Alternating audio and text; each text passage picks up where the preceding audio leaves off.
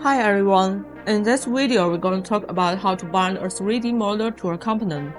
When you are using parts from the public library or even the ones you draw yourself, you might run into this problem. Some components don't have a 3D model linked. Let's check the 3D Pro view first. As you can see here, the USB connector is just empty, no model at all.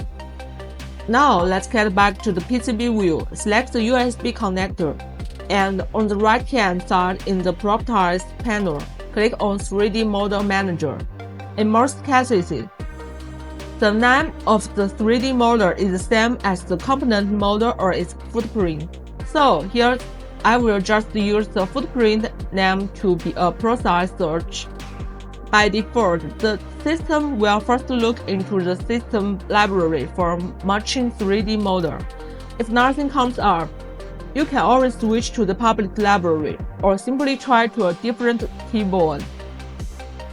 Once you find the model, sometimes you'll notice the pins don't line up with the PCB.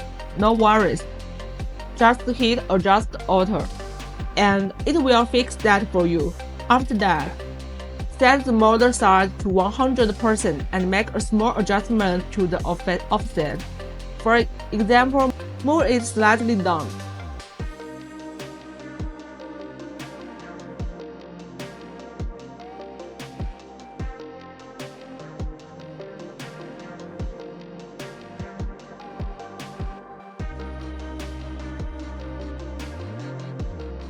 Now the model fits the PCB perfectly. Finally, click Update to bind it. Go back to the 3D Pro view and regenerate it. Now the USB connector 3D model is showing up correctly. You can also choose Import Change here, and it works the same way.